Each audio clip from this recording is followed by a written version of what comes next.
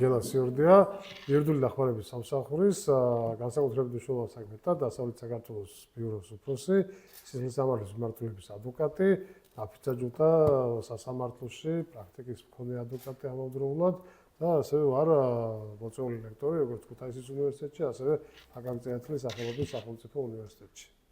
როგორია ნაფიცმსაჯულთა არჩევის პროცესი? სრულიად შემთხვევით ამ წინასწარ პროგნოზირება თუ ვინ იქნება ნაფიცმსაჯული, ამის შეუძლებელი არის მხარეები გარკვეულ ციფრებს ასახელებენ სასამართლოს ხომაზე, რომელთა მიხედვითაც შემთხვევითი შერჩევის პრინციპის მიხედვით ხდება ნაფიცმსაჯულობის კანდიდატების მოწვევა სასამართლოში. სამოქალაქო რეესტრის განვითარების სააგენტო ყოველი წლის დასაწყისში სასამართლოებს აწოდებს 18 წელს გადაცილებულ პირთა სიას. ასეთ შემთხვევაში ამ სიიდან პირობითად თქვენ ხართ პროკურორი, ამბობთ 2 ციფრს, მაგალითად 15, მე ადვოკატი ვარ, ვამბობ 16, 15 და 16 გამოდის 1516, ერთი ციფრი და ამ სიიდან ყოველი 1516 ადამიანი, პირველი 300 ვინც იქნება, ყოველი 1516 ადამიანი, მათ გაეგზავნება მხარეების და სასამართლოს მიერ წინასწარ შემუშავებული კითხვარი, რომელსაც ისინი ავსებენ, შემდეგ ეს ეგზავნება სასამართლოს, სასამართლო ჩვენ გვიგზავნის ადვოკატებს და პროკურორებს და შემდეგ მოდიან სასამართლოში და იმართება ნაფიცმსაჯულთა შერჩევის პროცედურა. თვითონ შერჩევის პროცედურა არის შემდეგნაირი. ანუ როდესაც მოდიან ეს ადამიანები, ჩვენ ცხადია კითხვარებს ვეცნობით, ასევე კანონით გათვალისწინებულია შემთხვევები, როდესაც მაგალითად ნაფიცმსაჯულის პროფესია გამორიცხავს მის ნაფიცმსაჯულის კანდიდატის პროფესია გამორიცხავს მის საქმეში ნაფიცმსაჯულად მონაწილეობას, მაგალითად თუ ის ადვოკატია, პოლიციელია, გამომძიებელია, პროკურორია, ვერ მიიღებს ნაფიცმსაჯულად საქმეში მონაწილეობას. ყოველი ამ კანონის მიერი გამომრიცხავი გარემოებების შემდეგ რჩებიან კანდიდატები, რომელსაც ფორმალური, ანუ კანონის მიერი შეუსაბამობა აღარ აქვთ ნაფიცმსაჯულის მოვალეობის შესრულებასთან და შემდეგ უკვე ჩვენ ვუსვამთ მხარეები მათ შეკითხვებს, რამდენად შეესაბამებიან, რამდენად ფიქრობენ მაგალითად მიუკერძოებლად ან ხო არა აქვთ რაიმე წინასწარი განწყობა ან თავიანთი პირადი გამოცდილება, რაც სწორი და ობიექტური გადაწყვეტილების მიღებაში შეუშლით მათ ხელს. თუ და ალბათ ჩემი გამოცდილებიდან შემიძლია თქვა, რომ ყოველთვის არის ხოლმე ესეთი ადამიანების გარკვეული რაოდენობა კანდიდატების შემადგენლობაში, ვინც აკმაყოფილებს ამ კრიტერიუმს და ისინი შეირჩევიან შემდგომ ნაფიცმსაჯულება თუ არც ერთი მხარე მათ მიმართ არც დასაბუთებულ და დაუსაბუთებელ აცილებას არ განაცხადებს, სასამართლო დაამტკიცებს მათ ნაფიცმსაჯულად და როცა საბოლოო ჯამში შერჩეულ ნაფიცმსაჯულთა რაოდენობა მიაღწევს არანაკლებ 14-ს, იმიტომ რომ კანონით არის გათვალისწინებული, რომ ნაფიცმსაჯულთა სასამართლო უნდა შედგებოდეს 12 ძირითადი და არანაკლებ 2 სათადარიგო მსაჯულისაგან. ამიტომ 14 მინიმუმ 14 თუ შეგროვდა, შემდეგ უკვე დამთავრებულად, დასრულებულად ითვლება ეს ნაფიცმსაჯულთა შერჩევის პროცესი და უკვე ვიწყებთ საქმის განხილვას, როდესაც ყველა ნაფიცმსაჯულს მოიწვევენ, მხარეები მოწვევს, თავიანთკიცებულებებს მოიტანენ და გამოიკვლევენ მათ წინაშე. როგორ რეაგირებთ ზეწოლის მცდელობებზე? მე დაახლოებით 10-მდე საქმეში მიმიღია მონაწილეობა, სადაც საბოლოო ჯამში ნაფიცმსაჯულებმა მიიღეს ვერდიქტი. მე რაიმე მტკიცებულება იმასთან დაკავშირებით, რომ რაიმე სხვა სასამართლო დარბაზ გარეთ მოხდა ნაფიცმსაჯულთა მიმართ რაიმე ტიპის ზეწოლა, ამის მტკიცებულება არ გამაჩნია. რაც შეეხება უშუალოდ პოტენციურ ზეწოლას, როგორიც იქნება მაგალითად ნაფიცმსაჯულის გონების მოწამლა, თუნდაც რაღაც ინფორმაციის ჩაწოდება მათთვის იმასთან დაკავშირებით, რომ აი ბრალდებული ან პირიქით დაცვის მხარის მხრიდან, რა თქმა უნდა, ეს რისკები არსებობს, თუმცა მხარეები ვცდილობთ, რომ მაქსიმალურად ფხიზლად ვიყოთ და არ დაუშვათ ეს და შესაბამისი ინფორმაციის შეტყობის შემთხვევაში მიმართავთ ცხადია მოსამართლეს და მოსამართლე იღებს ზონის. მაგალითად, აი ბრალდებული თუ ადრე სასამართლები იყო და ეს ამ ახალ დანაშაულთან არ არის კავშირში, ნაფიცმსაჯულებს ეს ინფორმაცია არ უნდა მიეწოდოთ, რომ აი მათი გონება სწორედაც რომ არ მოიწამოს, რომ აი ერთხელ რო ჩაიდინა დანაშაული, აი მეორეჯერაც შეიძლება რომ ჩაიდინა ესე რომ არ იფიქროთ ნაფიცები, ამიტომ ეს არ ეცნობათ. მაგალითად, ეს ჩემს პროცესზე არ მოხდა, მაგრამ ერთ-ერთ პროცესზე მოხდა, როცა პროკურორმა სასამართლო დარბაზ მიღმა მიაწოდა ერთ-ერთ ნაფიცმსაჯულს ინფორმაცია იმასთან დაკავშირებით, რომ ბრალდებული წარსულში იყო სასამართლები სხვა დანაშაულისათვის. საბედნიერო რომ ძალიან კეთილსინდისიერი ნაფიცმსაჯული აღმოჩნდა და რომ დაბრუნდა სასამართლო დარბაზში, იქ მოსამართლეს უთხრა, რომ პროკურორმა მას მიაწოდა ინფორმაცია ბრალდებულის სასამართლობასთან დაკავშირებით, რამაც ამ პროკურორის იმ საქმიდან აცილება გამოიწვია და ჩამოაშორეს ეს პროკურორი ამ საქმეს. ანუ ვცდილობთ მაქსიმალურად ფხიზლად ვიყოთ და ჩვენი სისტემა ამ კუთხით ჩამოყალიბების ეტაპზეა. საქართველოში ბევრი პროცესი არ არის სამწუხაროდ გამართული ნაფიცაჯულთა მონაწილეობით, თუ რაღაც 100-მდე საქმე აქვს თავიდან ბოლომდე ნაფიცაჯულებს განხილული და ეს დიდი ციფრი ნამდვილად არ არის, პირიქით ძალიან ცოტა არის და ჩვენი მეცვიტებით რომ უფრო გაფართოვდება იმ დანაშაულთა წრე, რომელსაც განიხილავენ ნაფიცმსაჯულები, ეს იმასაც უწყობს ხელს, რომ საზოგადოება მართლმსაჯულებაში აქტიურად იყოს ჩართული, ადამიანებმა თვითონ გაარჩიონ ყვანი და მართალი, ესე რომ ვთქვა და მათ მიიღონ გადაწყვეტილება ეს საზოგადოების ესა თუ ის წევრი იმსახურებს დასჯას თუ იმსახურებს გამართლებას და თავისუფლებაში სხვა ადამიანების გვერდით ყოფნას, ვფიქრობ, რომ ჩემი ყოველ შემთხვევაში ჩემი გადმოსახედიდან, ჩემი პოზიციიდან ეს ძალიან კარგი შესაძლებლობაა ჩვენი საზოგადოების წევრებისთვის.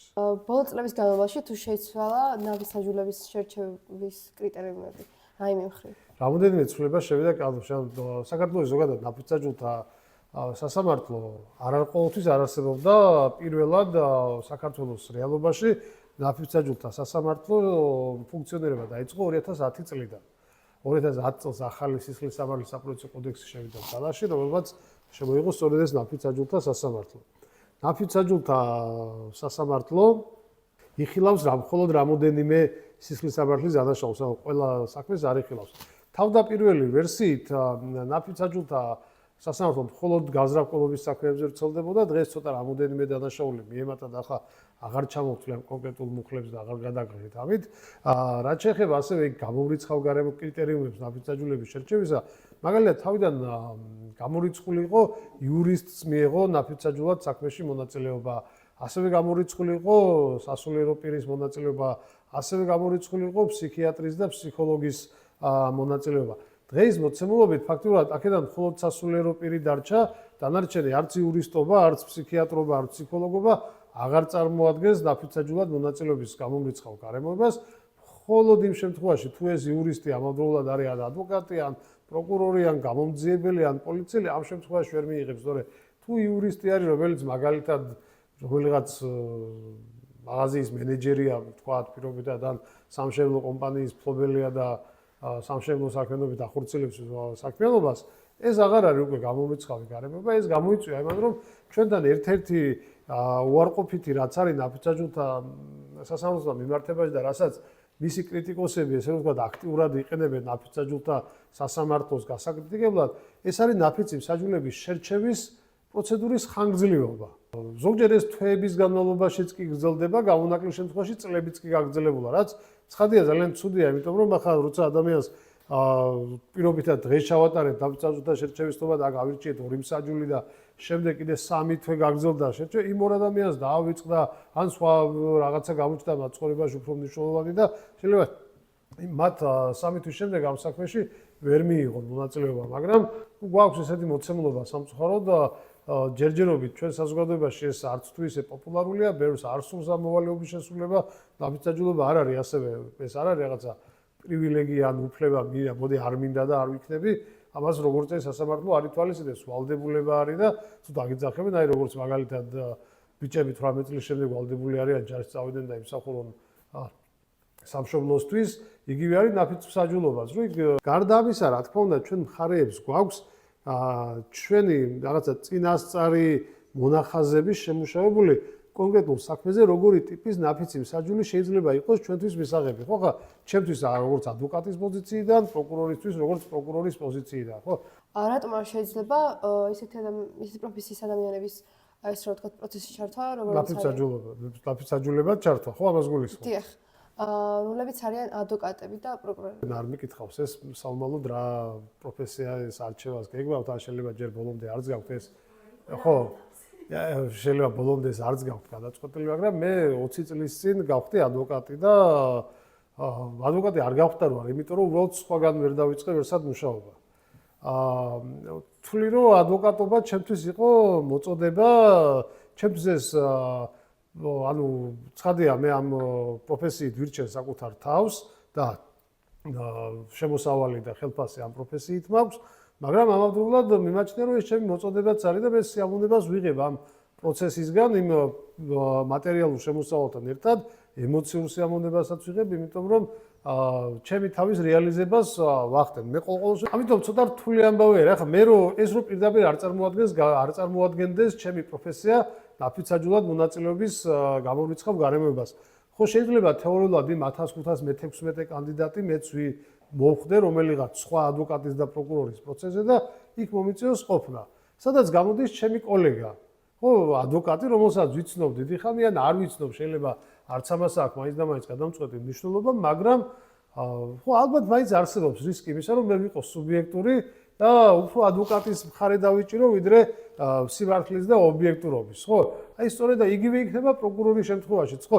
ის პროკურორი ხო ვერ იქნება მსაჯული, რომელიც ამ საქმეზე გამოდის და უნდა დაამტკიცოს, რომ ამ ბრალდებულმა დანაშაული ჩაედინა, მაგრამ მისი თანამშრომელია, ხო, პროკურატურა, ხო, ერთიანი სტრუქტურა არის, ერთი სამსახური არის და რა მნიშვნელობა აქვს, ხო, ქუთაისის პროკურორი მოხდა ზუგდიდში ნაფიცაჯულად დაუძახეს და იქ მისი ზუგდიდელი კოლეგა გამოდის და მან უნდა ამტკიცოს ბრალდებულის მიერ დანაშაულის ჩადენა. რა თქმა უნდა, ეს ეჭვებს გააჩენს ჩემს თვალში, როგორც ადვოკატის თვალში, რომ კაცი პროკურორი არის, მოქმედი პროკურორია და როგორ შეიძლება ის იყოს ობიექტური და მიუკერძოებელი. შეიძლება ეს იყოს, ეს იმას კი არ ნიშნავს, რომ მე თვითონაც მეც გული მწყდება, მეც სიამოვნებით ვიქნებოდი ნაფიცაჯული კანონი რომ აძლევდეს ამის საშუალებას და ამ წუთა აქედან გადმოსახედიდან მიმაჩნია რომ ობიექტური ვიქნებოდი და ის რომ ადვოკატი ვარ 20 წელია ამის გამო არ ვიმხრობოდი მარტო დაცვის მხარეს, მაგრამ ნუ ალბათ ეს მაინც უფრო სწორია, რომ ამ პროფესიის ადამიანები ვერ იღებენ მონაწილეობას. თუმცა შეიძლება იყოს ნაფიცაჯული და როგორ შეიძლება მე ჩავერთო. ვინც არ შეიძლება იყოს ნაფიცაჯული, ამაზე აქვს რომელიც შეუთავსებელია მიუკერძოებელი და ობიექტური ნაფიცი მსაჯულის მოვალეობის შესრულებასთან. მაგალითად, ალბათ უდანაშაულობის პრეზუმპცია გსმენიათ, ხო? ხო, იცით ეს რას ნიშნავს უდანაშაულობის პრეზუმპცია? შევეცდები რომ მარტივად განვარტო, ანუ სანამ მაგალითად მე რო რაღაცა დანაშაულის ჩადენაში რომ დამდონ ბრალი, მე უდანაშაულოდ ვითვლები იქამდე, სანამ მოსამართლე არ იტყვის, რომ ეს ადამიანი არის დამნაშავე. მაგრამ აი თქვათ მოვიდა ნაფიცაჯულობის კანდიდატი და გაიგო რომ მე ბრალდებული ვარ. ამას რა განხილვა უნდა დამნაშავე, აბა ხა მე არა ჩემთვის არავის წარუდგენია ბრალი, ხო? ახლა თუ ადამიანს ესეთი წინასწარ ჩამოყალიბებული განწყობები აქვს, ის ვერ იქნება ობიექტური და მიუკერძოებელი ნაფიცი მსაჯული და ის ვერ იქნება დამტკიცებული ნაფიცაჯულად. ასევე მაგალითად, ადამიანმა რომ დანაშაული ჩაედინა, ამის მტკიცების ვალდებულება აქვს პროკურორს. პროკურორმა უნდა დაამტკიცოს ეს. ადვოკატს შეუძლია ცარიელი ფურცლით მივიდეს. ერთმა მოსამართლემ შემისურვა, რომ ეს ფურცელი შეგიძლიათ არ მოიტანოთო. მართლა ეგრე არის, ჩვენ კანონი გვაძლევს ამის უფლებას, რომ არაფერი არ მივიტანოთ და უბრალოდ პროკურორმა რაც მოიტანა, მხოლოდ ეს ვაკრიტიკოთ. აი ნაფიცაჯულს ვეუბნებით ახლა მოცემულობას და აი ადვოკატი რო ცარიელი მოვიდა, შენ როგორ ფიქრობ, იმიტომ რომ თავის კლიენტს ვერ ამართლებს, ან დამნაშავეა და იმიტომ ვერ მოიტანა ვერაფერი? თუ ის ამბობს, რომ კი დამნაშავეა და იმიტომ ვერ მოიტანა ვერაფერი, ესეც შეუთავსებელი არის ნაფიცი მსაჯულის მოვალეობის შესრულებასთან და ხო, თქვენ როგორ შეგიძლიათ გახდეთ ნაფიცი მსაჯული. თქვენ ახლა სანამ 18 წლის არ გახდებით, იქამდე ვერ გახდებით, ცხადია, ნაფიცი მსაჯული. ეს და როცა გახდებით 18 წლის, სულ შემთხვევით აი მოულოდნელი სიხარული თუ გეცევა ხანდახან ხურობთ ხოლმე ამ საკითხზე ხა ზოგს რო არ უნდა რომ ეს მოულოდნელი სიხარული ეცია რომ დაუძახეს ნაფიცაჯულად მე სულიად შემთხვევით ხდება აი როგორც თქვი რაღაცა პირობითად რაღაც ციფრებს ვასახელებთ ხარეები და არავინ არ იცის ანუ ნახეთ იდეაში ზოგადად ჩვენ ეს ერთმანეთთანაც კი არ ვათანხმებთ ახლა და ვერ ვათანხმებთ ხო თქვენ იტყვით რაღაც ციფრს მე ვიტყვი რაღაც ციფრს და სულიად შემთხვევითი არის ანუ პროგნოზირება შეუძლებელია თეორიულ დონეზეც კი შეუძლებელია პროგნოზირება იმისა თუ ვინ იქნება ჯერ ისე არ ვიცით ჩვენ ხო მხარეებმა არც პროკურორმა და არც ადვოკატმა არ იცის იმ სიაში ვინ მე რამდენი არის და დღეს ვინ შეიძლება ვიცოდე ესეა ნახე პირობითად გუშინ აი მენდელევმა ქიმიას ხო სწავლობთ და ხო არ ეგეთი ლეგენდა რომ სიზმარში ნახა ის ტაბულაო თქვენც ეგრე გასწავლიან ჩემ დროს ეგრე მასწავლიდნენ და ხო ჩვენ ადვოკატმა და პროკურორმა აი ამ საღამოს რომ ნახო რაღაცა სიზმარი შეიძლება გარდაიცვალა ადამიანი და იმ სიაშის გარდაცვალს ამოიღებენ და რიგითობად შეიცვლება ეგრევე და ანუ შეუძლებელი არის ამის პროგნოზირება იქ ვინ არის და ვინ მე რამდენი ამიტომ სრულიად შემთხვევით ხდება ამ ნაფიცი მსაჯულის შერჩევა იქ და წინასწარ ვერანაირად ვერ გათვლი ვინ და რანაირად მოხდება ნაფიცი მსაჯულად სასამართლოში.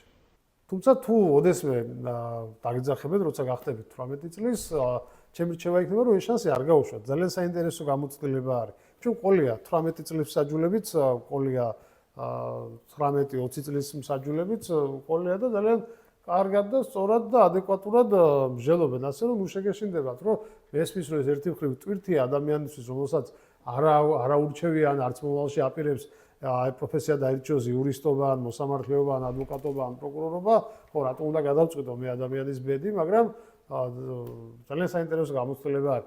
ეს გარემო და სიტუაცია და ბევრს მე რო ვიკითხავს, რომ დამთავრებულა პროცესი, რას ფიქრობენ? აი მეორეჯერაც სიამოვნებით ვიქნებოდი ნაფიცის საჯულიო, თუ მომიწევს არასდროს უარს არ ვიტყვი ამაზე, იმიტომ რომ უმრავლესობისთვის ძალიან საინტერესო გამოცდილებად რჩება მე. რა ევალება ნაფიცის საჯულებს და თუ დაქმარებიათ ნაფიცის საჯული გადაწყვეტილების მიღებაში? ნაფიცის საჯულებს ევალებათ იმ გადაწყვეტილების მიღება, რაშიც ისინი დარწმუნდებიან. ნაფიცის საჯულს არ აქვს უფლება გადაწყვეტილების მიღებისგან თავი შეიკავოს. ანუ თქვას, რომ მაგალითად მე ვერ გავიგე. ეს კაცი დამნაშავეა თუ მართალია და მოდი არც დამნაშავეას ვიტყვი და არც უდანაშაულობას ვიტყვი. ამის უფლება არ აქვს. მან აუცილებლად უნდა თქვას, ან დამნაშავეა, ან უდანაშაულოა. თავი რომ ამისად მათი ძირითადი მოვალეობა არის ეს, უნდა მოისმინონ პროცესი, უნდა გამოცხადდნენ პროცესზე, უნდა დაესწრონ სხდომას თავიდან ბოლომდე. ანუ მოდი ახლა მე რაღაცა ბანკში სესხიმა გადასახდელი და ან შვილი მყავს სკოლიდან გამოსაყვანი და თქვენ გააგრძელეთ და მე შემოგიერთებით ერთ საათში, ამის უფლებას რა თქმა უნდა მოსამართლე არ მიცემს. თუმცა ეს არ არის ციხე და ჩვენ არ ვაპატიმრებთ ნაფიცის საჯულებს, თუ მათ რაღაცა ესე თავიანთი პირადი საჭიროებები აქვთ, ცხადია უშვებს მოსამართლე მათ ამ ახლა შვილი მყავს სკოლაში და ბავშვი მრჩება, აქ მე ვიღაცის საქმეს როგორ დავწყვეტავ, ჩემი შვილის საფრთხებაზე თუ დავინერვიულო, ვიღაცის ბედზე ვერ ვიფიქრებ ცხადია, ამიტომ ასე არავინ არ ექცევა. თუმცა მქონია ახლა რაღაცა კურიოზული პრეცედენტებიც, მაგალითად აი ივნისში მქონდა ახლა ერთ-ერთი საქმე ბათუმში და ცოლი მოიყვანა იმ საჯულმა და ქორწილი ჰქონდა. ქორწილი გადავადებინეთ.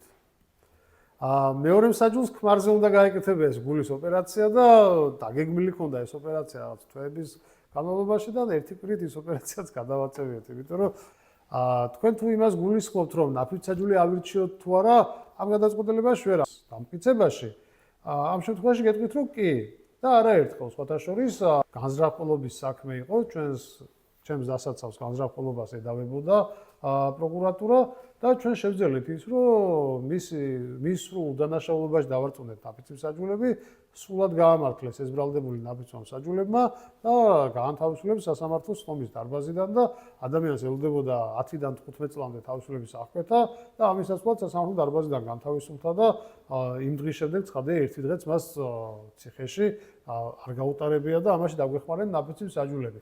წმენა როგორია, რომ იგივეს დაუშვათ პროფესიონალი მოსამართლის შემთხვევაში მივაღწევდით, გონია რომ უფრო გაგვიჭირდებოდა ვიდრე ნაფიცის საჯულების შემთხვევაში, ვინაიდან მათ იმ საკითხებს, რაზეც ჩვენ გვქონდა აქცენტები და რასაც კრიტიკულად ვუყურებდით, ნაფიცის საჯულებმაც კრიტიკულად შეხედეს და შევძელით, რომ ამაში დაგვერწმუნებინა ისინი და საბოლოოდ მიიღეს ის გადაწყვეტილება, ვერდიქტი ქვია ამას, ნაფიცის საჯულები ვერდიქტს იღებენ და მიიღეს გამომართლებელი ვერდიქტი და როგორც გითხარით, ეს განთავისუფლდა საერთოდ სასამართლო დარბაზიდან. ბავშვის საქმეები რამდენად ხშირად არის განხილული? საქართველოში ნაფიცის საჯულები არასრულწლოვანთა საქმეებს არ იხილავენ. ანუ კანონით არის ეს აკრძალული და ნაფიცის საჯულს არასრულწლოვნის საქმე არ გადაეცემა და ისევ არ განუხილავს არასოდეს ნაფიცის საჯულთა სასამართლოს ბავშვის მიერ სავარაუდოდ ჩადენილი დანაშაული. რამდენად დიდი ზეგავლენა აქვს პროცესის საბოლოო შედეგზე ნაფიცის საჯულთა გადაწყვეტილებას? ესე იგი, ნაფიცის საჯულის გადაწყვეტილება არის ორგვარი, როგორც ვახსენეთ წინა შეკითხვებისას, ან ამართლებენ, ან ამტყუნებენ. ნაფიცის საჯულთა გამომართლებელი ვერდიქტი არის საბოლოო და არავის მისი შეცვლა და გაუქმება არ შეუძლია. არც საჩივრდება ეს გადაწყვეტილება, ეს გამომართლებელი ვერდიქტი და აი დაუშვათ, აი ესე არ უნდა მოხდეს და ესე თუ მოხდება, რა თქმა უნდა, ძალიან ცუდი არის, მაგრამ აი ამ პიჯაკზე რო თქვა, რომ ეს პიჯაკი არის თეთრი. ხო, ტყუილია ეს არა, ხო ყველა ვხედავთ და ხამას აბე ექსპერტი არ ჭირდება, რომ თეთრი ნამდვილად შავი არის თუ არა, მას შეიძლება ვიდაოთ, მაგრამ თეთრი არ არის ახლა ნამდვილად, ხო? აი ეს რო თქვა ნაფიცის საჯულებმა, თუნდაც ზედი აბსურდი რო თქვა, ეს არ საჭირდება. და მოსამართლე ვალდებულია, რომ ეს გადაწყვეტილება დაამტკიცოს. მან მოსამართლე რასაც აკეთებს, არის უბრალოდ დაამტკიცებს. აი თქვა ეს ნაფიცის საჯულებმა, რომ მართალია, ეუბნება ბადრაკს, აი ვის ეს დაჭერილი ადამიანი ყავს დაცვის ქვეშ, რომ გაუღონ კარები და გამოუშვა. მოსამართლე ვერანაირ რევიზიას ვერ ახდენს. გარდა ტექნიკური მხარისა, შინაარსობრივ მხარეში, რომ როგორ ამბობ ამაზე შავი თეთრია, ხო ხედავ რომ სხვაფერია, ვერ მიუთითებს ამის შესახებ. ასევე მოსამართლე ვერც გამამტყუებელ ვერდიქტთან დაკავშირებით ვერაფერს ვერ აკეთებს. გარდა ისეთი შემთხვევისა, როგორც ახლა მე მოვიყვანე, თუ მოსამართლე სასამართლოში გამოკვლეული ყველა მტკიცებულები დადასტურდა, რომ ეს პიჯაკი არის შავი. არა, ნაფიცებმა თქვენს, რომ არა, ეს არის თეთრი. და ამან გამოიწვია ბრალდებულის დამნაშავედ ცნობა, გამტყუნება, ანუ ხო? ასეთ შემთხვევაში მოსამართლეს შეუძლია გამამტყუნებელი ვერდიქტი გააუქმოს. ვინაიდან ბრალდებულის უფლებების დაცვა მიიჩნევა, რომ ზოგადად ადამიანის უფლების დაცვა უფრო პრიორიტეტული არის, ვიდრე თუნდაც მართლმსაჯულების ან ნებისმიერი სხვა რამის განხორციელება. ჩვენ ქვეყანაში კონსტიტუცია არის ყველაზე დიდი კანონი, მისი მეორე თავი ადამიანის ძირითად უფლებებს და თავისუფლებებს ეხება და შესაბამისად ეს არის ყველა სხვა კანონისთვის საძირკველი ბაზისი, რომლითაც ყველა სხვა კანონი უნდა იყოს გამსჭვალული ამ ადამიანის ძირითადი უფლებების და თავისუფლებების პატივისცემით და შესაბამისად სწორედ ამიტომაც მოსამართლეს აქვს რომ ეს აშკარად უკანონო და დაუსაბუთებელი გამამტყუნებელი ვერდიქტის გაუქმების საშუალება. რაც შეეხება ახლა მაგალითად შეიძლება რომ თქვენც ხო გქონიათ ახლა შეიძლება ეს რაღაცა ჯერ სკოლაში სწავლობ და ვიღაცის ბედს არ წყვეთ, მაგრამ რაღაც მათემატიკის ამოცანებს ხო ხსნით არა? ხო არის რომ აი ესე გავაკეთო, ნეტავი ახლა ის მოცემულობა ვიცოდე, ამას უფრო ადვილად ამოვხსნიდი ამ ამოცანას ხო. ნაფიცაჯულსაც შეიძლება გქონდეს ეს შეკითხვა, მაგრამ ნაფიცაჯულს პირობითად არ აქვს უფლება რომ თვითონ მოიპოვოს რაიმე მტკიცებულება. ეს არც მოსამართლეს არ აქვს შესაძლოა ამის უფლება. რასაც ხარები მიუტანთ ჩვენთან სიძმალის პროცესი არის შეჯიბრებითი, რას ნიშნავს, ხო? მაგალითად, აი, არ ვიცი, ფეხბურთი რამდენს გიყვართ, მაგრამ აი ბარსელონა და რეალი რო ეთამაშება ერთმანეთს, ბარსელონას დაემტრო 10 ფეხბურთელი და შესაბამისად დარჩა 10. ფეხბურთს ხო 11 კაცი თამაშობს. თუ არა ყავს 11 კაცი და 10 კაცი დგავა, ხო, ვისამ საჯიკი თვითონ კი ვერ ითამაშებს ბარსელონას მხარეს. ხო, ეგრე არის, ამდენზე ხო ვიცით ფეხბურთი, არა, აქაც იგივე არის. ცუდად მომზადებული მოვიდა პროკურორი, მოსამართლე ვერაფერს ვერ დაეხმარება. ცუდად მომზადებული მოვიდა ადვოკატი, მოსამართლე ვერ დაეხმარება. მოკლედ, თვითონ არიან, თუ კარგად მოემზადებიან, კარგად ითამაშებენ, გაიტანენ გოლს და მოიგებენ პროცესს. თუ ვერ ითამაშებენ კარგად და თუ კარგად არ მოემზადებიან, ჩვენი ვარჯიში რა არის ახლა, მე რამდენ კილომეტრს რა დროში გავიქცევი, ამას არავინ მიმოწევს, მაგრამ ჩემი კლიენტის საქმეს კარგად ვიცნობ თუ არა, კარგად ვემზადები თუ არა, შუამდგომლობებს კარგად დავწერ თუ არა და ასე შემდეგ. აი ეს განაპირობებს ვერე ჩემს მიერ საქმის მოგებას და სირბილი არა, შეიძლება ფეხბურთის თამაშიც არანაკლები მე ვსეუნდებდეს, რა თქმა უნდა, მაგრამ სასამართლო დარბაზში ფეხბურთის თამაშის საშუალებას არავინ მომწევს. ჩვენ იქ ერთმანეთს ვეპაექრებით, ჩვენი არგუმენტებით, მტკიცებულებებით, პოზიციებით და მათი დასაბუთებით ვცდილობთ, რომ ჩვენთვის სასურველ შედეგს მივაღწიოთ. რა შემთხვევაში განიხილება საქმე ნაბიჯთა მონაწილეობით? საქართველოს სულ რამოდენიმე დანაშაული არის, რომელიც არის ნაფიცების განსჯათი. ეს არის განზრახველობა, დამამძიმებელ გარემოებებში ჩადენილი განზრახველობა, თავისუფლების უკანონო აღკვეთა, ასევე არის წამება და არაადამიანური მოპყრობის დანაშაულები, ასევე არის სისტემატიური ძალადობა, ბრალდებულს შეიძლება რამოდენიმე დანაშაული ქონდეს ჩადენილი, მაგალითად განზრახველობა, ქურდობა, ყაჩაღურდობა და ყაჩაღობა არ არის ნაფიცების განსჯათი, თუმცა თუ განზრახველობაც აქვს, განზრახველობის ჩადენასაც ედავებიან, ასეთ შემთხვევაში მას შეუძლია აირჩიოს ნაფიცი მსაჯულები. თუმცა მარტო ამუხლით ბრალდება არ არის საკმარისი, ანუ წინა სასამართლოს სტომა ქვია პროცესის ესეთი ეტაპი გვაქვს, ჩვენ როცა გამოძიება სრულდება და საქმე სასამართლოში იგზავნება, ამ დროს იმართება წინა სასამართლოს სტომა და წინა სასამართლოს სტომაზე თუ ბრალდებულს ისეთ დანაშაულის ჩადენა შედება ბრალი, რომელიც არის ნაფიც საჯულთა სასამართლოს განსჯათი, მოსამართლე განუმარტავს ამ უფლებას და კითხავს ბრალდებულს სურს თუ არა რომ მისი საქმე განიხილოს ნაფიც საჯულთა სასამართლომ. თუ ბრალდებული იტყვის რომ სურს, ასეთ შემთხვევაში გადაეცემა მხოლოდ საქმე ნაფიც საჯულთა სასამართლოს. სხვა შემთხვევაში მე ვთქვი რომ აი დასავლეთ საქართველოში მაგალითად ქუთაისში, ზუგდიდში და ბათუმში არ ითქვა ნაფიც საჯულთა სასამართლო. თუმცა ეს იმას არ ნიშნავს, რომ აი სამტრედიაში თუ არის ესეთ საქმე, რომელიც ნაფიც საჯულთა განსჯათი არის, რომ სამტრედიელს არ შეუძლია ან სამტრედიაში ვინც ვისაც ასამართლებენ, მასაც შეუძლია აირჩიოს ნაფიც საჯულთა სასამართლო და ამ სამი სასამართლოდან რომელიმეს გადაეცემა. ახლა თუ სამტრედიაშია, დიდი ალბათობით იმიტომ რომ ქუთაისი არის ახლოს, ქუთაისის საქალაქოს გადაეცემა, მაგრამ მაგალითად პირობითად თუ სენაკში არის, ალბათ ზუგდიდის სასამართლოს გადაეცემა და ესე და ამგვარად თავისთავად როგორც მომავალ პროკურორს დიდი ალბათობით როგორც ჩემი მშობლები მეც მომიწევს ერთხელ მაინც ნაფიც საჯულთა სასამართლოს წინაშე წარმოადგენა და თავისთავად ეს ნიუანსები რომელიც შევიტყვე ბატონი გელასგან ძალიან საინტერესო იყო და დიდი ალბათობით ჩემი აზრით მომავალში გამომადგება.